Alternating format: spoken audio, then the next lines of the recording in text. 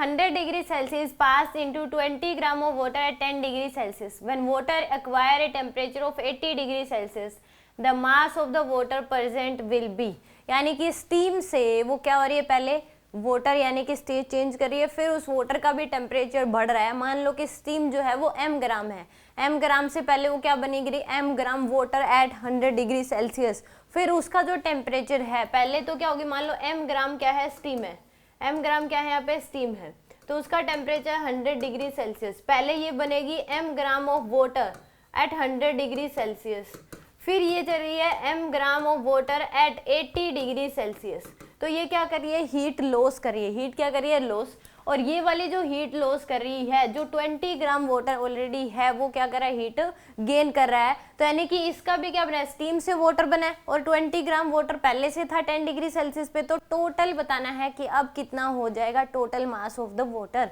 तो यहाँ पे heat loss by the steam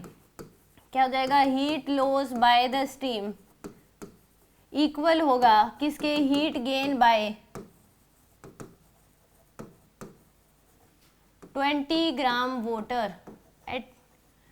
तो यहाँ पे हीट लॉस करेगा, ये पहले स्टेट चेंज करेगा, तो m इंटू में क्या हो जाएगा L, प्लस में टेम्परेचर जो है इसका पहले 100 से कितना होगा, पहले तो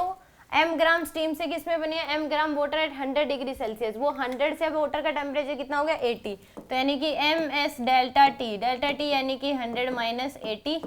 equal to heat gain by 20 gram water, और इसने 10 डिग्री से कितनी एक्वायर किया, 80 डिग्री, तो यानी कि 20 ms डेल्टा टी,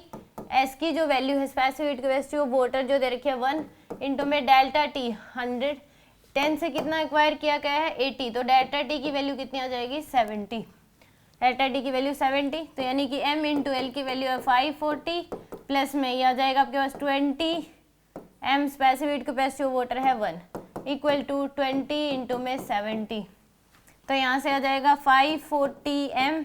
प्लस में 20 m इक्वल टू आ जाएगा आपके पास 1400, तो यहाँ से आ जाएगा 560 m इक्वल टू क्या आएगा 1400, तो m की वैल्यू आ जाएगी 1400 डिवाइड बाई 560, तो यहाँ से आपके पास m की जो वैल्यू है वो कितनी आ गई 140 डिवाइड बाई 56, तो यानी कि 10/4, तो आएगा 2.5, कितना है आपके पास 2.5,